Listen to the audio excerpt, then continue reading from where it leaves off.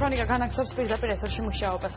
მონაცემთა გაცვლის სააგენტომ ევროკავშირის აღმოსავლეთ პარტნიორობის პროგრამის ფარგლებში ელექტრონული მმართველობის საკითხზე ორდღიანი სემინარი გამართა. საქართველოსთან ერთად სემინარის მუშაობაში აზერბაიჯანის, სომხეთისა და მოლდოვას IT ტექნოლოგიების სპეციალისტებიც მონაწილეობდნენ.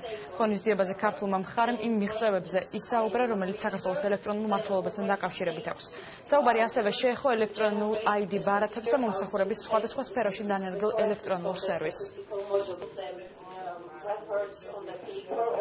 ფინანსზე წარმატებული დელეგაციის გამოსცემით საქართველოს ელექტრონული მმართველობის მიღწევები, მათ შორის მათ მიეწერათ ინფორმაცია მონაცემთა გაცვლის ინფრასტრუქტურის ჩამოყალიბებაზე, მოქალაქის პორტალზე, რომელიც უნდა გაეშვას უკვე მაისის ბოლოს.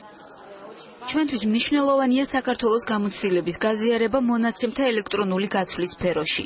თანამედროვე სახელმწიფოში სხვადასხვა ელექტრონული სერვისების ერთ სივრცეში ინტეგრაცია ინფორმაციული უსაფრთხოების გარანტიაა. სწორედ ამიტომ ჩვენთვის ქართველი კოლეგების მოსაზრებები ძალიან საინტერესოა, რადგან საქართველო ერთ-ერთია იმ ქვეყნებს შორის, რომელმაც ელექტრონული მმართველობის სისტემა სხვადასხვა სფეროში წარმატებით დანერგა.